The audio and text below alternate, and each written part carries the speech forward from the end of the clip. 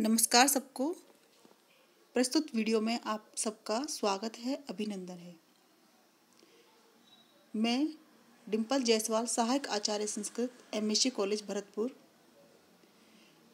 विद्यार्थियों, प्रस्तुत वीडियो में हम साहित्य दर्पण के आगे के कारिकाओं का अध्ययन करने जा रहे हैं, जो कि इस प्रकार हैं।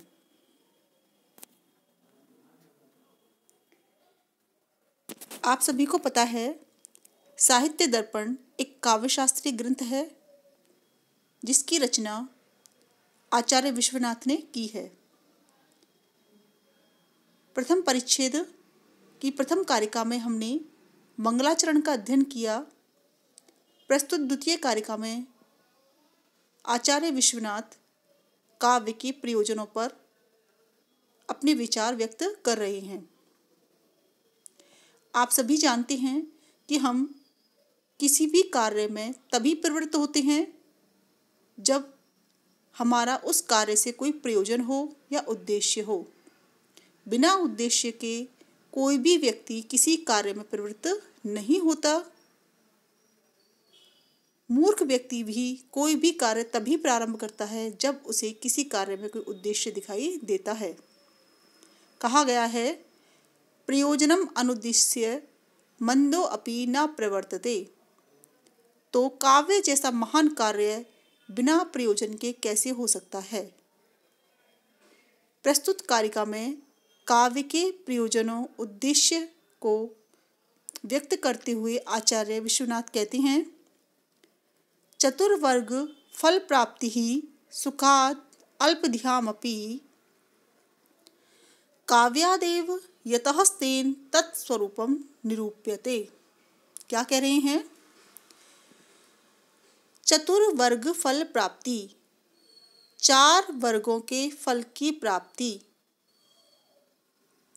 सुखात् यानी आसानी से,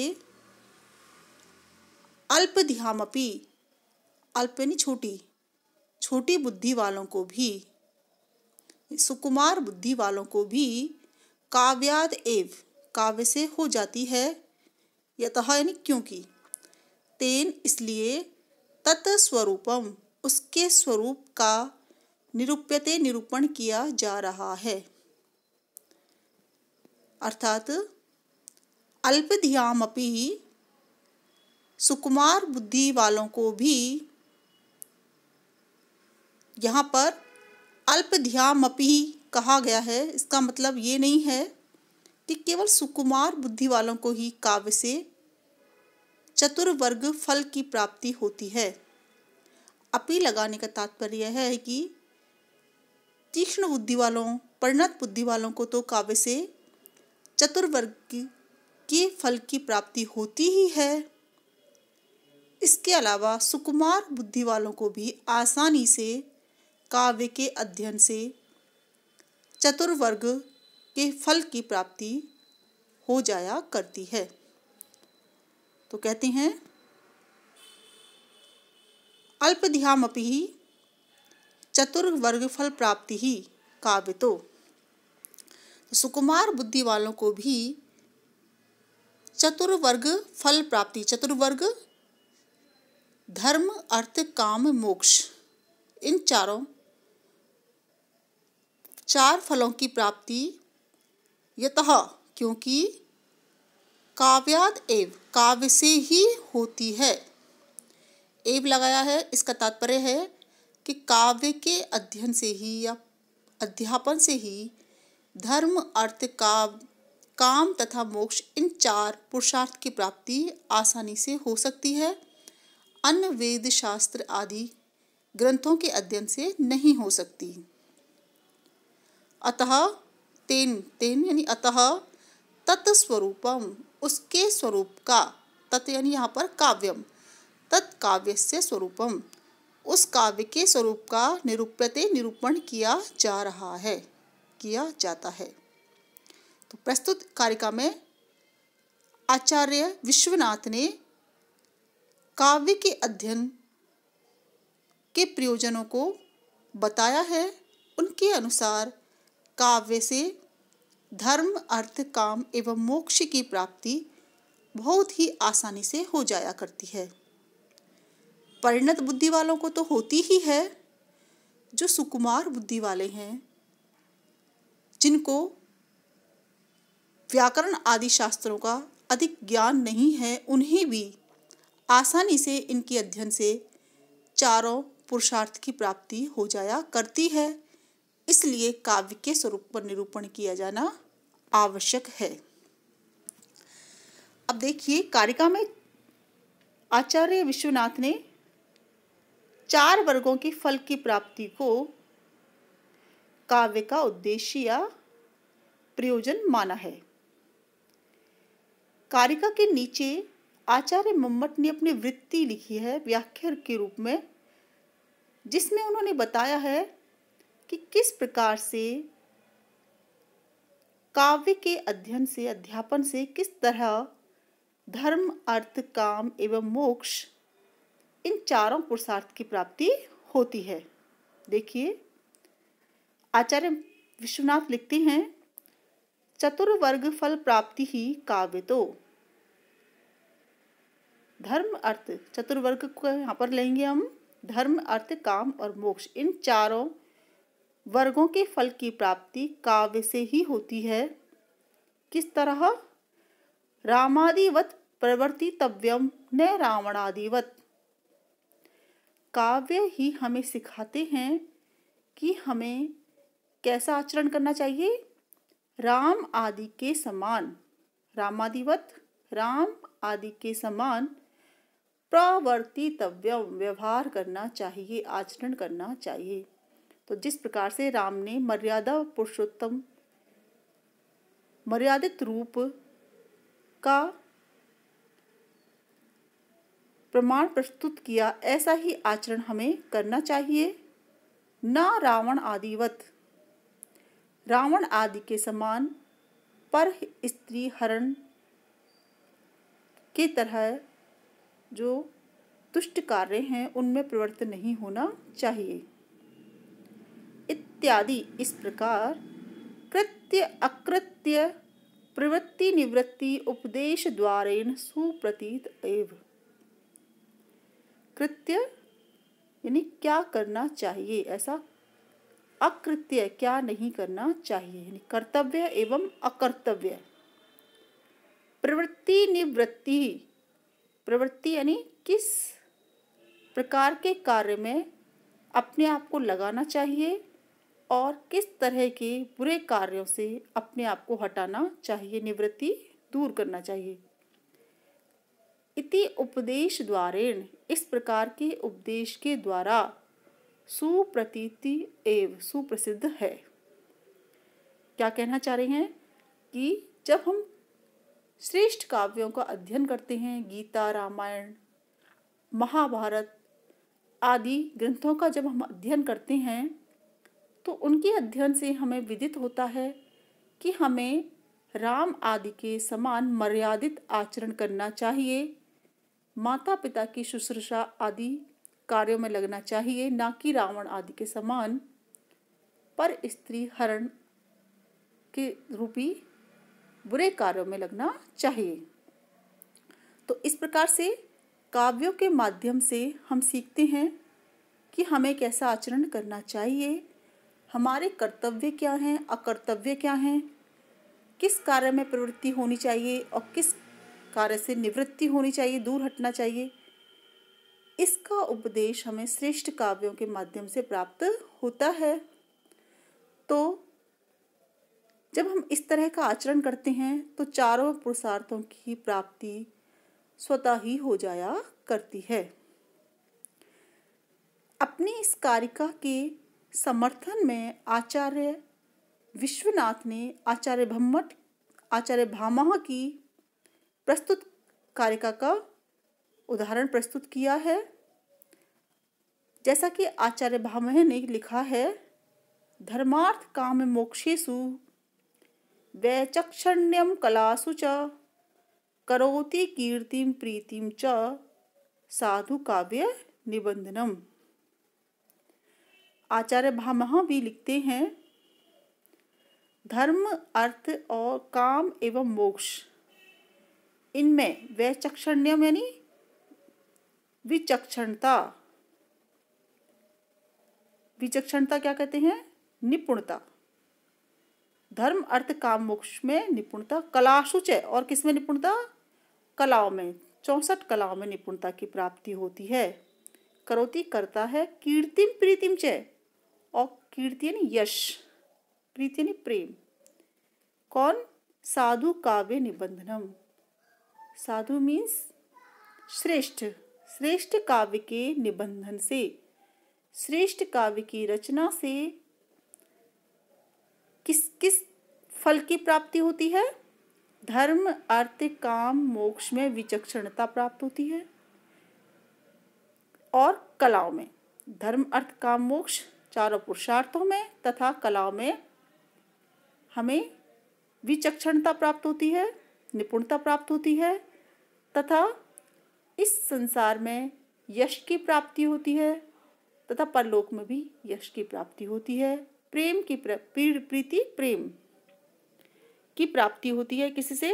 साधु काव्य निबंधनम, अच्छे श्रेष्ठ काव्य की रचना से।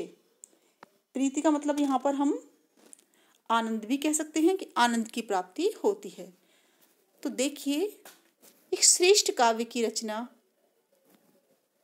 के माध्यम से हमें धर्म अर्थ काम और मोक्ष चारों पुरुषार्थों की प्राप्ति हो जाया करती है। इसके अलावा हमें, क्योंकि हम बहुत सारे काव्यों को पढ़ेंगे, तो उन काव्यों को पढ़ने से उनमें जितनी भी कलाएं हैं उनमें निपुणता भी प्राप्त होती है। जब जो कवि श्रेष्ठ काव्य करते हैं, उनकी रचना करते हैं, उन कवियों का नाम साहित्य आकाश में स्वर्णिम अक्षरों में मंडित हो जाता है। तो उन्हें इस लोक में एवं परलोक में यश की प्राप्ति होती है। इसके अलावा रामायण महाभारत आदि जो श्रेष्ठ काव्य हैं उनके पढ़ने से आनंद की प्राप्ति तो होती ही है। तो इस प्रकार से आचार्य भामह ने यहाँ पर काव्य के वे ही प्रयोजन बताए हैं जो कि आचार्य साहित्य दर्पणकार आचार्य विश्वनाथ ने बताए हैं। तो इस प्रकार से हमने यहाँ पर द्वितीय कारिका में आचार्य विश्वनाथ के काव्य प्रयोजनों का अध्ययन किया। आगे देखिए,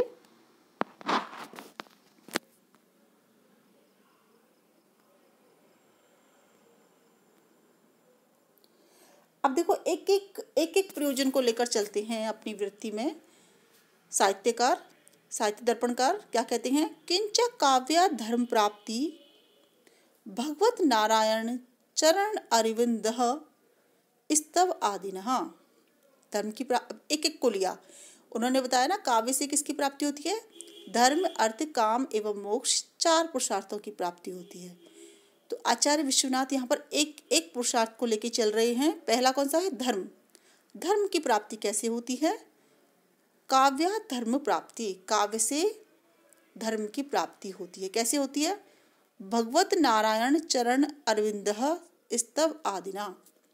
जब हम श्रेष्ठ काव्यों को पढ़ते हैं, भक्ति परक काव्यों को पढ़ते हैं, तो हमारी भगवान नारायण ईश्वर के चरणों में, चरण अरविंद, चरण कमलों में हमारी क्या होती है? आस्तिक बुद्धि उत्पन्न होती है। उनके प्रति हमारे मन में श्रद्धा भाव उत्पन्न होता है। तो उससे हमें क्या होगा? धर्म की प्राप्ति होगी। जैसा कि कहा गया है, एकः शब्दः सुप्रयुक्तः सम्यक ज्ञातः स्वर्गे लोके कामधुक् भवति। एकः शब्दः, एक ही शब्द यदि कैसा हो? सुप्रयुक्त है, उसका भली भांति से प्रयोग किया गया हो, सम्यक ज्ञात है, उसे अच्छे प्रकार से जान लिया गया हो, तो वह व्यक्ति स्वर्गीय लोके, स्वर्ग लोक में, वो शब्द किसका कार्य करता है? काम दुख भवति, कामधेनु का कार्य करता है, हमारी संपूर्ण इच्छाओं को पूर्ति करता है। तो एक ही शब्द का प्रयोग यदि भली प्रकार से जानकर, पहचानकर, चिंतन मनन के द्वारा उसका प्रयोग किया जाए तो सारी संपूर्ण कामना की इच्छा पूरी कामनाओं की पूर्ति हो जाया करती है। इत्यादि वेद वाक्येभ्यश्च सुप्रसिद्धा एव। तो इस प्रकार के वेद वाक्यों से भी सुप्रसिद्ध है, यानी वेद वाक्य भी बात का समर्थन करते हैं कि श्रेष्ठ काव्य में निहित एक भी शब्द का अगर भली भांति से प्रयोग किया जाए तो संपूर्ण कामनाओं की पूर्ति हो जाया करती है। तो धर्म प्राप्ति बताई, तदनंतर अर्थ प्राप्ति किस तरह से होती है।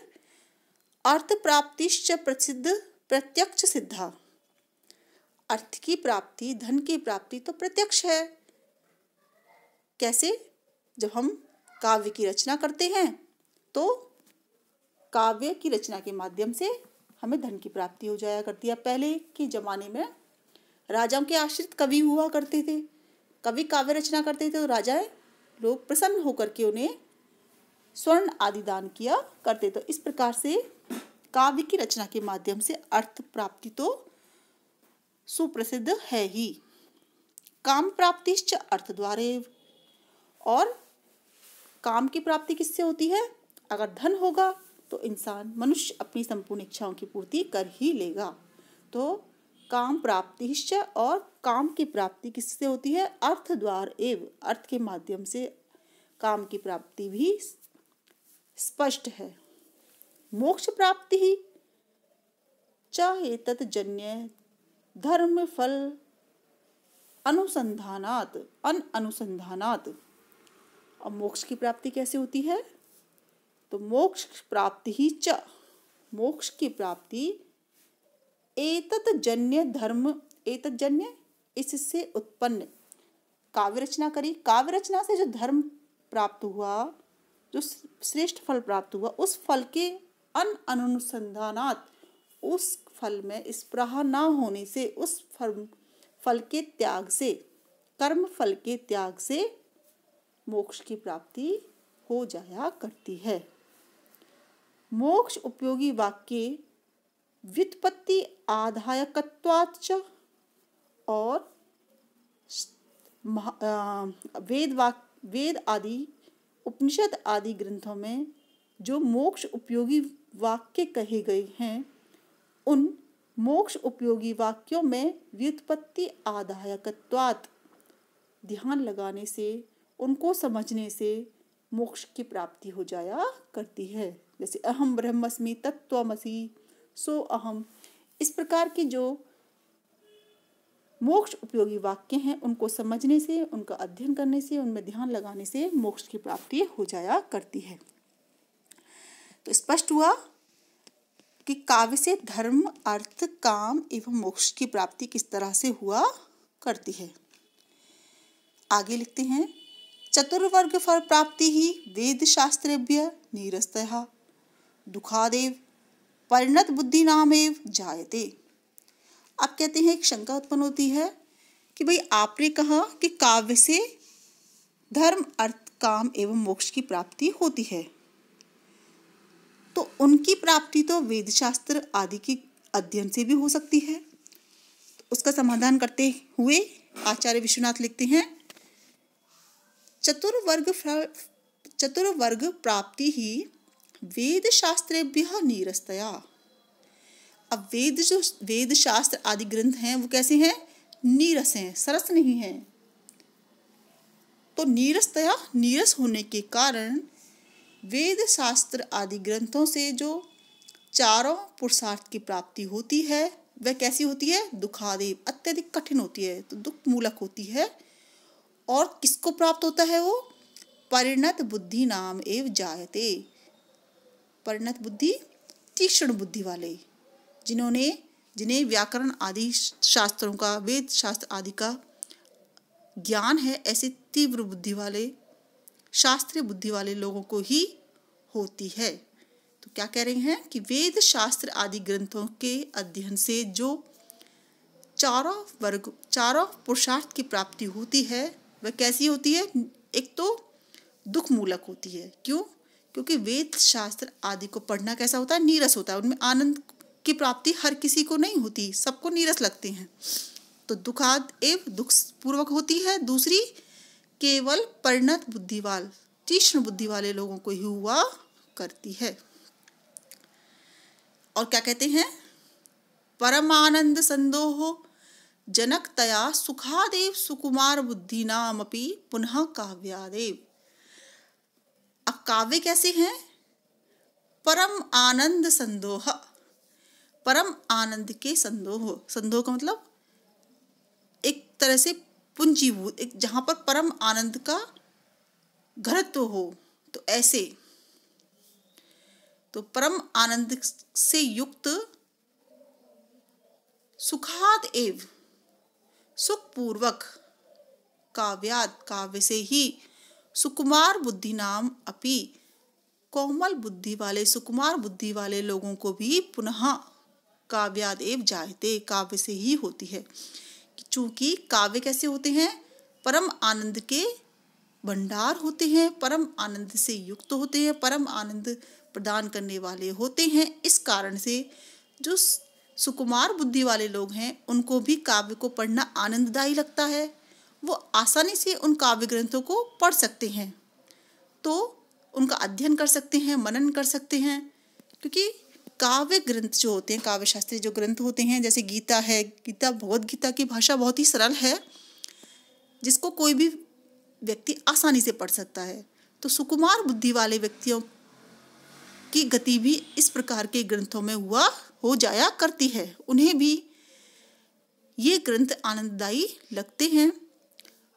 अभिज्ञान शाकुंतलम है, तो इस प्रकार के जो ग्रंथ होते हैं, वो जो ग्रंथ हैं वो कैसे हैं, सरस होते हैं, रस से युक्त होते हैं, आनंद देने वाले होते हैं, आनंद से परिपूर्ण होते हैं।